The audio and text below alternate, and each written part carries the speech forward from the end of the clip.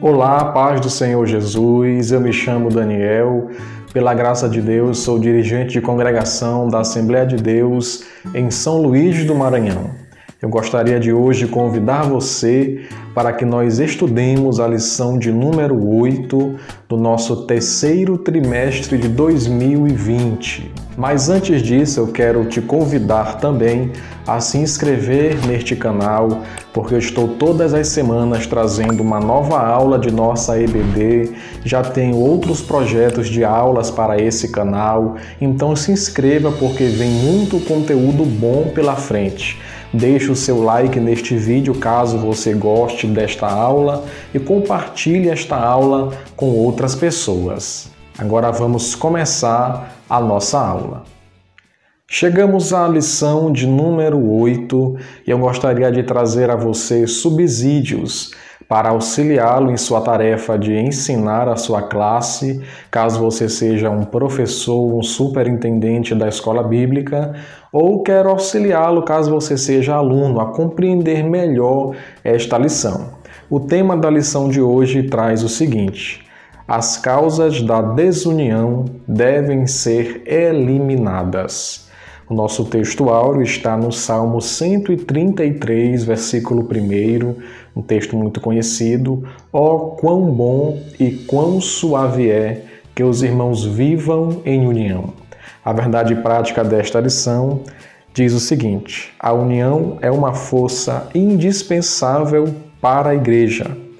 É um testemunho diante do mundo e um estímulo para o crescimento da obra de Deus. Na nossa aula de hoje, nós iremos estudar em rápidos momentos um problema que houve no meio do povo judeu, um problema de ordem social que acabou afetando a união do povo e como este problema foi solucionado.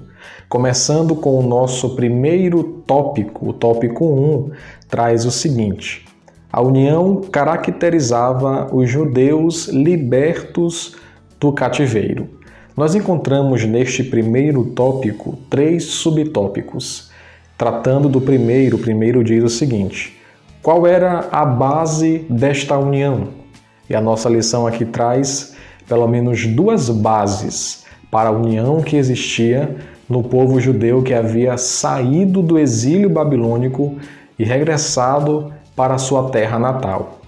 A letra A diz: todos eram do mesmo povo e confessavam a sua fé no único Deus verdadeiro. Esta é a primeira base. O povo judeu pertencia à mesma linhagem. Apesar de o reino ter sido dividido em reino do norte e reino do sul, apesar de diversos problemas, guerras, desordens, o povo vinha de uma mesma linhagem, era um mesmo povo, o povo separado pelo Senhor, o povo de Deus. Eles, após o exílio, adoravam apenas ao único Deus verdadeiro. Esta é a primeira base da união desse povo. A segunda base, a letra B, diz o seguinte: todos haviam experimentado o despertamento que se havia iniciado pelo rei Ciro. Eles foram impactados pelo rei Ciro. E esse impacto espiritual causou um sentimento de união no meio do povo. Nós iremos ver nesta lição ainda a pessoa do Espírito Santo e como nós precisamos dele para que nós sejamos uma igreja unida. O segundo subtópico deste primeiro tópico diz assim: esta união entre os judeus simboliza a união que deve haver na igreja de Deus. Deve haver união no meio da igreja. E nós temos como exemplo a união que existia no meio do povo judeu. A nossa lição traz alguns aspectos bem interessantes a respeito da união da igreja. Vamos ver o que a nossa lição diz. A igreja precisa viver unida, porque todos nós, membros do corpo de Cristo, experimentamos o novo nascimento. Somos filhos espirituais do mesmo Pai. Somos uma família em Cristo Jesus. Observe isso. Os crentes sentem apoio espiritual para a sua vida. Essa é uma bênção maravilhosa que decorre da união da igreja. No mundo, quando nós não éramos ainda servos de Deus, nós até podíamos viver de maneira isolada e solitária. Mas quando nós aceitamos a Jesus como nosso Senhor e Salvador, nós temos agora uma nova família. Temos agora apoio para prosseguir em nossa jornada. Temos agora uma força a mais. Temos os nossos irmãos em Cristo, que podem não somente orar conosco e por nós, mas também podem estar ao nosso lado e nos ajudar em nossos momentos de fraqueza. Continuando sobre esse assunto, a lição diz assim: na igreja, nós levamos as cargas uns aos outros, com base em Gálatas capítulo 6, versículo 2.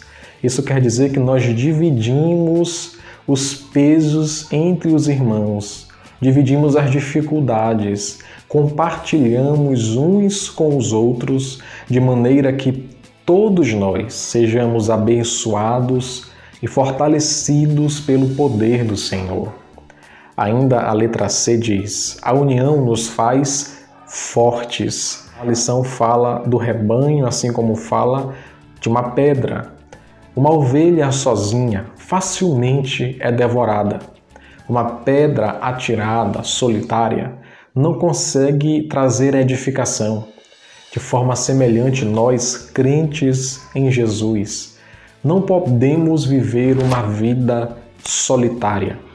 Aqui, queridos, nós precisamos fazer uma pausa para tratar a respeito de um assunto muito importante. Com certeza você conhece o movimento dos desigrejados, um grupo de pessoas que de uns anos para cá vem tentando ensinar de que não é necessário que haja a congregação para que alguém de fato seja um servo de Deus. Eles ensinam e praticam o desigrejamento, a não necessidade de congregar-se, de fazer parte de um corpo de irmãos que trabalham e caminham na mesma direção. Esse pensamento, essa doutrina, de forma alguma pertence à palavra de Deus. A Bíblia nos ensina que nós precisamos congregar com frequência, não podemos abandonar a nossa congregação. A Bíblia nos ensina que nós precisamos uns dos outros, precisamos exercer o serviço cristão, precisamos exercer o ministério de servir uns aos outros. E como faremos isso? Como promoveremos a edificação de nossos irmãos se formos crentes ilhados, isolados? Essa doutrina é perniciosa e satânica e deve ser rejeitada por nós. Precisamos sim congregar com frequência, estar junto de nossos irmãos e assim sermos abençoados e abençoar para a glória de Deus. A letra D diz o seguinte: uma igreja que vive em união tem um testemunho maravilhoso. Jesus Cristo falou sobre isso. Ele disse que o mundo saberia que nós somos verdadeiros discípulos e conheceria a Ele através da nossa união, através do nosso testemunho de união. É imperativo, é obrigatório, é necessário, é indispensável que nós, igreja, sejamos unidos, que vivamos como Cristo deseja, que vivamos tendo um só propósito, um só coração, que tenhamos uma só fé, e assim o seu Espírito terá prazer em nós, e o mundo, as pessoas serão impactadas pelo nosso testemunho de união. Terceiro subtópico dentro do primeiro tópico diz o seguinte: esta união é uma verdadeira força. É através da nossa união que nós seremos uma igreja vitoriosa. Não há outro caminho que devamos trilhar. É claro que precisamos orar, Precisamos perseverar na palavra do Senhor. Mas se fizermos tudo isso e abrirmos mão da união, seremos facilmente derrotados pelo nosso inimigo e teremos um testemunho de evangelização inoperante, ineficaz. Mas quando nós cultivarmos a união, aliada à oração, à pregação do Evangelho, aí sim nós seremos instrumentos poderosos das mãos do Senhor para abençoar esse povo que tanto precisa da palavra de Deus. Agora nós chegamos ao nosso segundo tópico. E o nosso segundo tópico diz assim: a união entre os judeus estava ameaçada. Dentro deste segundo tópico, nós encontramos também alguns subtópicos. O primeiro nos diz que essa união era originada de uma divergência entre classes sociais no meio do povo judeu. Os mais pobres estavam, de fato, na miséria, com uma pobreza extrema. Precisavam de dinheiro para seu sustento pessoal e de suas famílias e também para que pudessem pagar os tributos ao rei. E não tinham esse recurso. O que aconteceu foi que os mais ricos emprestaram dinheiro e trigo aos mais pobres e fizeram isso com juros e, além disso, eles faziam com que os bens dos mais pobres fossem hipotecados e muitos desses mais pobres acabaram perdendo os seus bens e chegou a haver casos de os mais pobres perderem até mesmo os seus filhos, porque foram levados e dados como escravos aos credores mais ricos. No segundo subtópico, dentro do segundo tópico, nós encontramos duas causas para este problema. Como se explica esta grande injustiça? Primeiramente, a letra A trata da falta de amor. Ora, querido, eles eram o mesmo povo, serviam ao mesmo Deus. E por que estavam tratando uns aos outros dessa forma? Os ricos estavam aproveitando-se da pobreza dos pobres para lucrarem cada vez mais, ao passo que os pobres estavam cada vez mais pobres, estavam cada vez mais necessitados.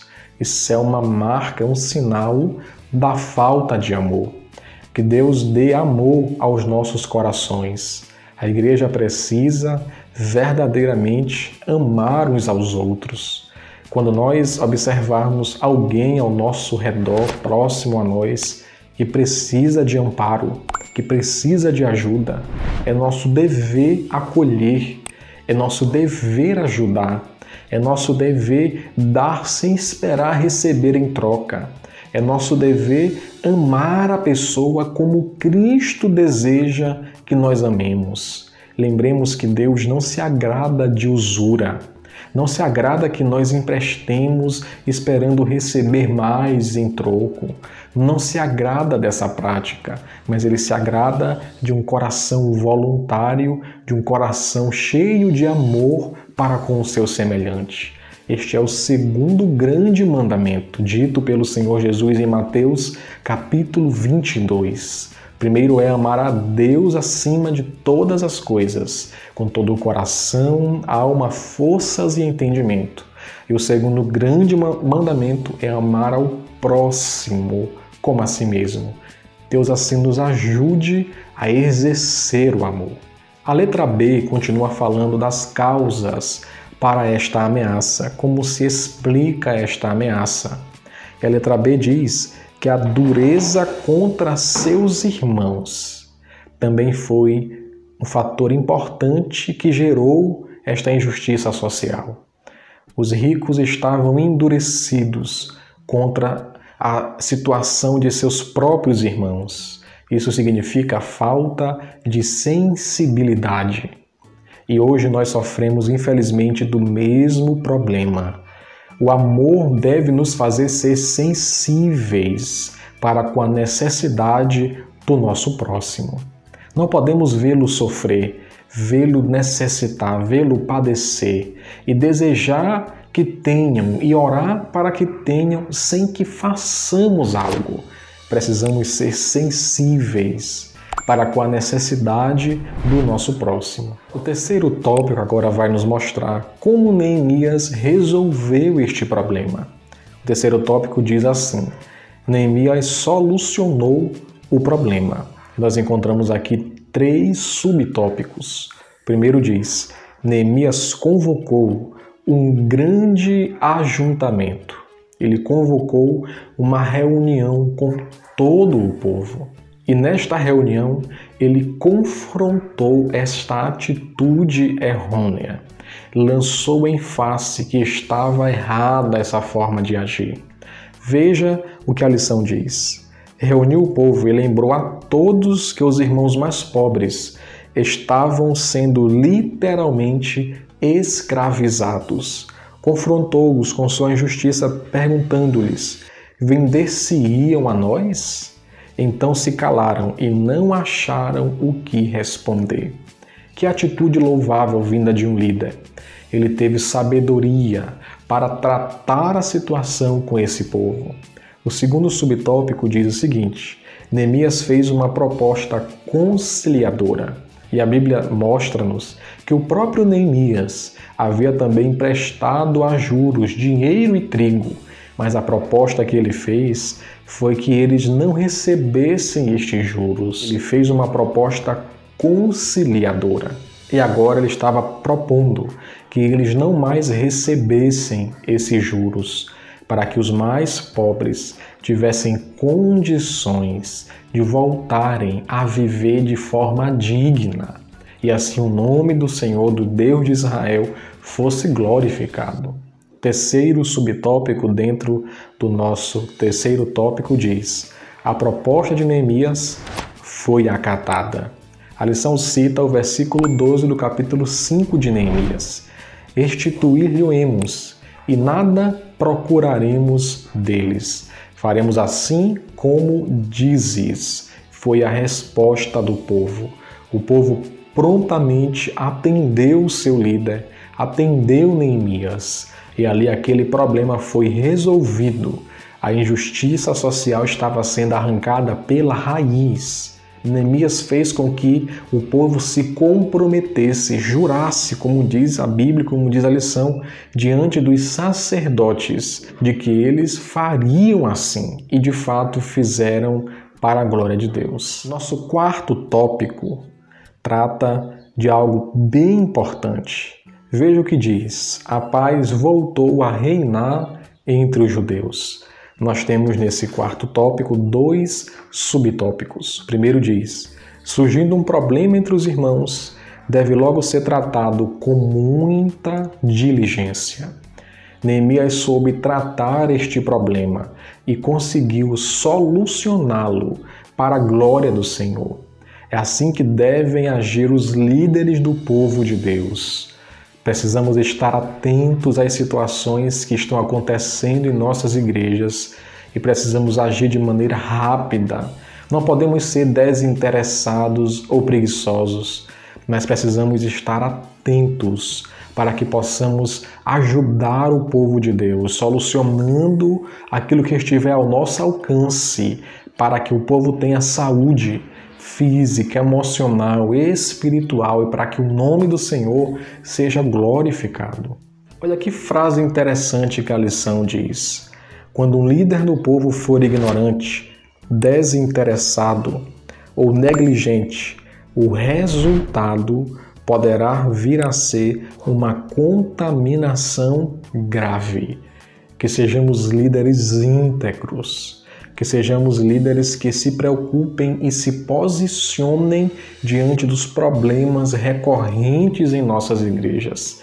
E você que porventura não seja líder, ore pelo seu líder, para que ele tenha a atitude que Neemias teve diante do povo de Deus. O segundo subtópico diz assim: problemas relacionais devem ser tratados carinhosamente. Existe a maneira certa de resolver este tipo de problema. A Bíblia nos mostra que nós somos pacificadores e não podemos piorar as coisas, mas precisamos agir em nome de Cristo e agir com paz para que resolvamos os problemas de ordem relacional na igreja. Nós encontramos aqui 3 letras, pelo menos. A letra A diz o seguinte: a desunião representa uma obra da carne. Quando virmos a desunião no meio de nossas igrejas, é porque falta mais do Espírito Santo. Quando o Espírito Santo está habitando em um crente, quando ele está enchendo uma igreja, quando o Espírito Santo faz parte daquele povo, quando ele é parte operante da igreja, de fato, a igreja se torna unida, porque o Espírito Santo nos une. Ele próprio se preocupa com que nós sejamos uma igreja verdadeiramente unida. O Espírito Santo está interessado em nossa união.